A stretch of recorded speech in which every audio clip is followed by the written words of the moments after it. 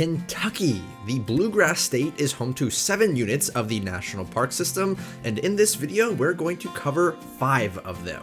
Of course, you will probably have heard of Mammoth Cave, Kentucky's lone entry in the Big 63 collection, but we're also going to talk about Civil War battlefields, frontier transportation corridors, and oh yeah, the birthplace of one of America's greatest ever presidents.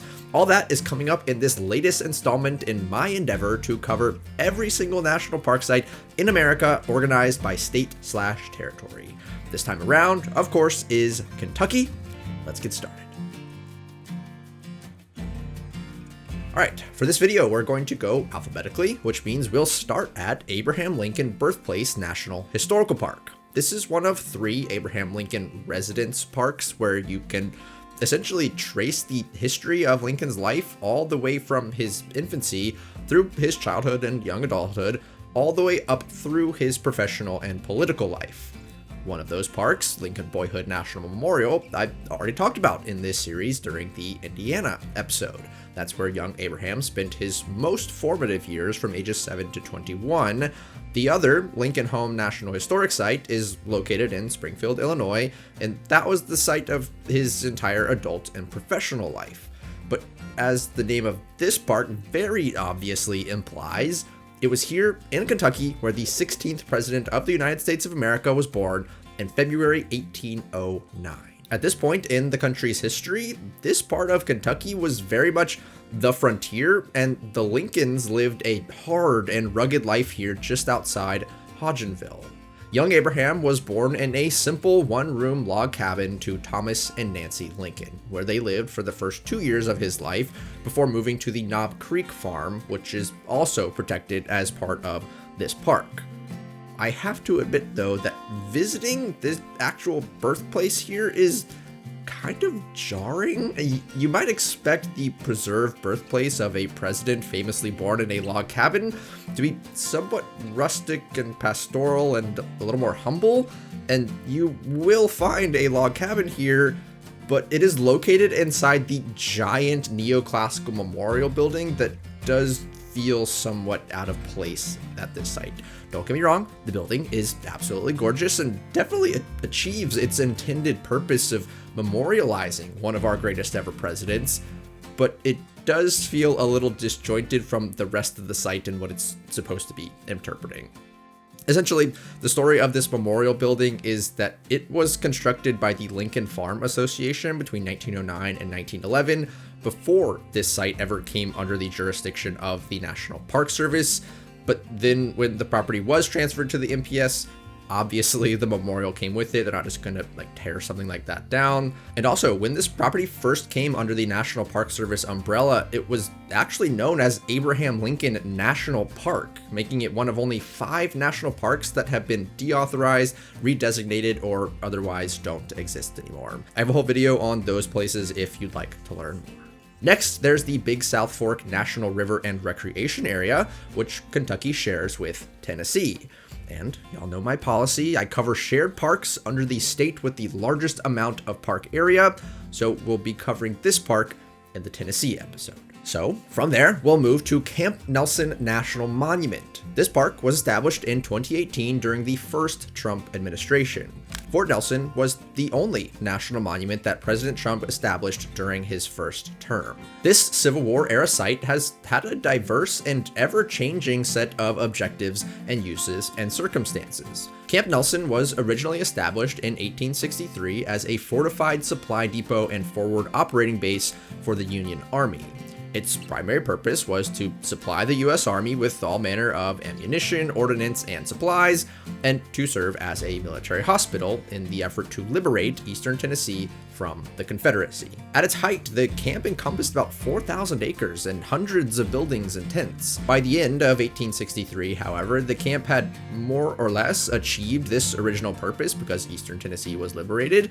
At first, it was discussed that maybe Camp Nelson would just be shut down, but before long, its purpose had shifted from one of military supply and reinforcement to one of recruiting center and refugee camp.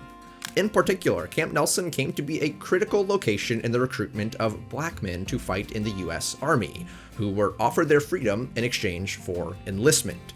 As a result of this policy, thousands of African Americans flocked to Camp Nelson, along with their wives, children, and parents. Under federal policy, these family members who fled from Confederate states were also freed, as they were deemed contraband of war. However, after the Emancipation Proclamation in 1863 only freed those slaves in the rebellious Confederate states, it meant that those enslaved persons who traveled actually from within Kentucky itself, because Kentucky did not secede from the Union but still had legalized slavery, were technically still legally enslaved upon arriving at Camp Nelson. This led to a large refugee settlement among the families who came to Camp Nelson expecting their emancipation. It was the initial policy of the Union Army to expel these refugees from the camp, actually, leading to more than 400 women and children to be displaced in November of 1864. But by the beginning of 1865, this policy was reversed and Camp Nelson officially became a government-sponsored, quote-unquote, home for colored refugees, before they too were legally emancipated in March of 1865. Eventually, the War Department did begin the process of shutting down Camp Nelson, but not before the small village of Ariel sprung up at the site of the former refugee camp. Next, we move to far eastern Kentucky to Cumberland Gap National Historical Park, which Kentucky shares with Virginia and Tennessee, and I mentioned in my Virginia episode that we would cover this park in the Kentucky episode, so here we are. You've probably heard of the Cumberland Gap, it's very famous. Maybe you heard it in the song Wagon Wheel, although Johnson City is famously east of the Cumberland Gap, not west, but we're talking about national parks here, so we'll choose not to linger on that egregious geographical error. Anyway, the Cumberland Gap is also famous beyond its portrayals in music, as it was one of the primary and most important routes across the Appalachian Mountains in the early days of American westward expansion. Today, an obstacle like the Appalachian Mountains posed virtually no real transportation difficulties.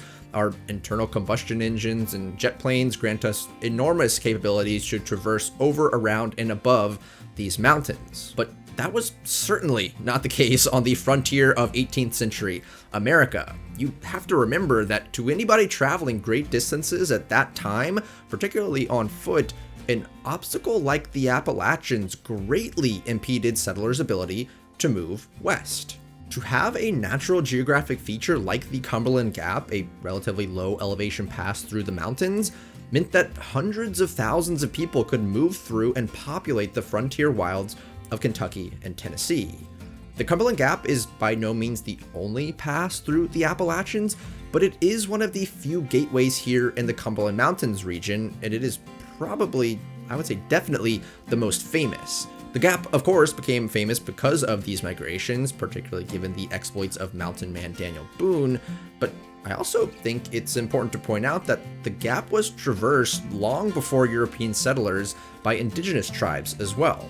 And then, in the automobile age, the Gap was paved over by US Highway 25 before being bypassed entirely by the Cumberland Gap Tunnel, reminding us of the myriad ways in which our species has utilized, reshaped, and reimagined how we interact with our environment.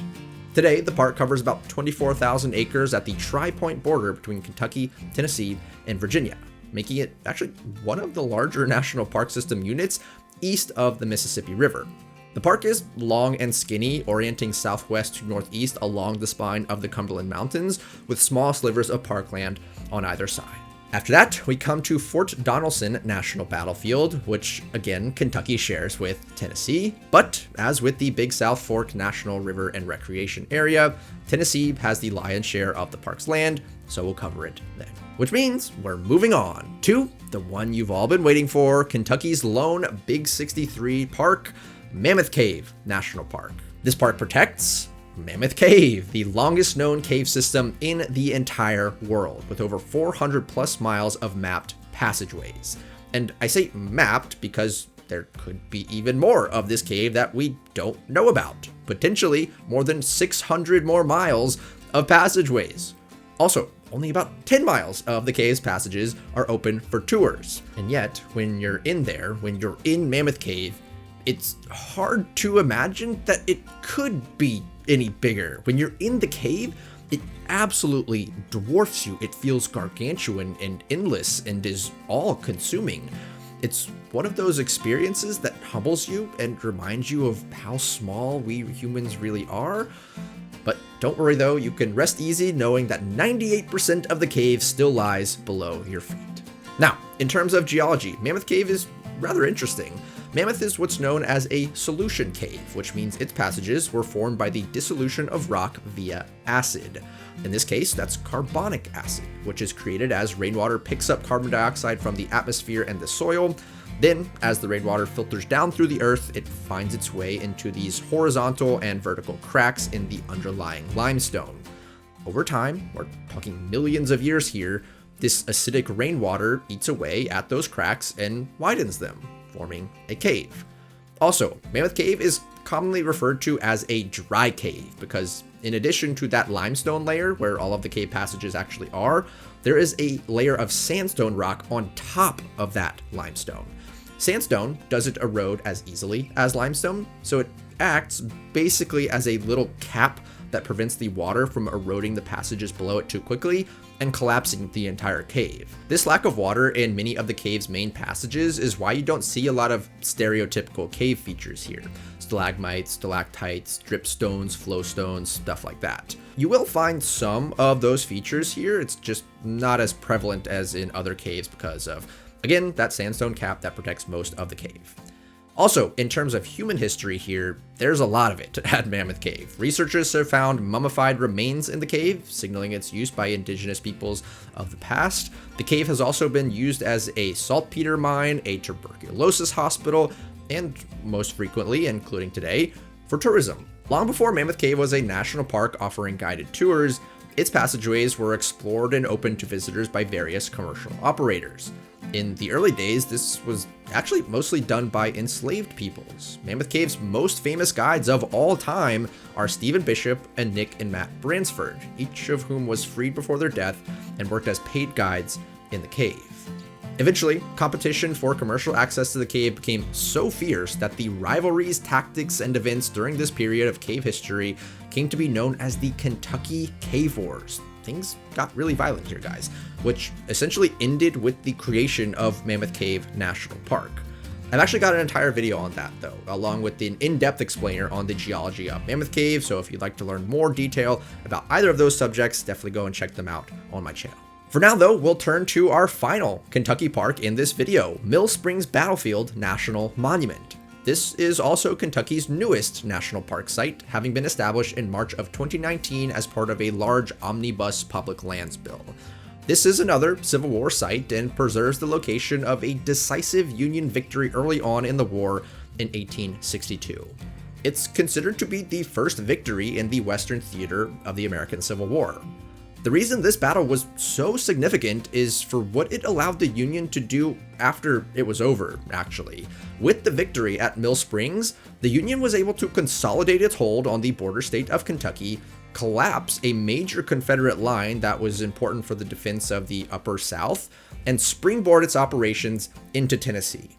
After Mill Springs, the Union subsequently captured Nashville, Forts Donelson and Henry, and kicked off the series of events which would lead to the massive Union victory at Shiloh. As a relatively new national park site, the land acquisition process here is still ongoing. This is a park in progress. The core of the monument, where the main battle took place and where the visitor center is located, is just southeast of the small town of Nancy. From there, you can head south toward the Cumberland Reservoir to find the remnant of an old fortified Confederate encampment, and on the other side of the reservoir from there, you can find the remnants of an old fortified ferry landing and mill site, all complete with signages and interpretive material. A self-guided driving tour will connect you with all of the major points of interest at this site as well. And that, my friends, is every national park site in Kentucky explained. I have a personal connection to this state, as my grandpa was from there. I made a trip a few years ago to visit some of the sites here in the Bluegrass State and really enjoyed the variety I experienced. It's amazing to me that I can go and visit the largest cave system in the entire world and be surrounded by almost these impossibly vast series of caverns and natural wonders, and then in literally less than an hour, I was walking around the birthplace of one of the most important leaders in American, maybe even world history. Stuff like that will never cease to amaze me. Anyway, I would love to know how many of Kentucky's national park sites you've been to and which one was your favorite. Let me know down in the comments below. As always, I appreciate any and all direct support I get over on Patreon. I've made a pretty conscious decision over the years to try and build this project here and this community on fan funding. So that all goes a really long way toward helping me continue on with my main mission here at NPD to teach people about national parks and public lands. If you want to support my work, that's patreon.com/nationalparkdiaries. All right, thanks so much for watching. I'll see you next time. Goodbye.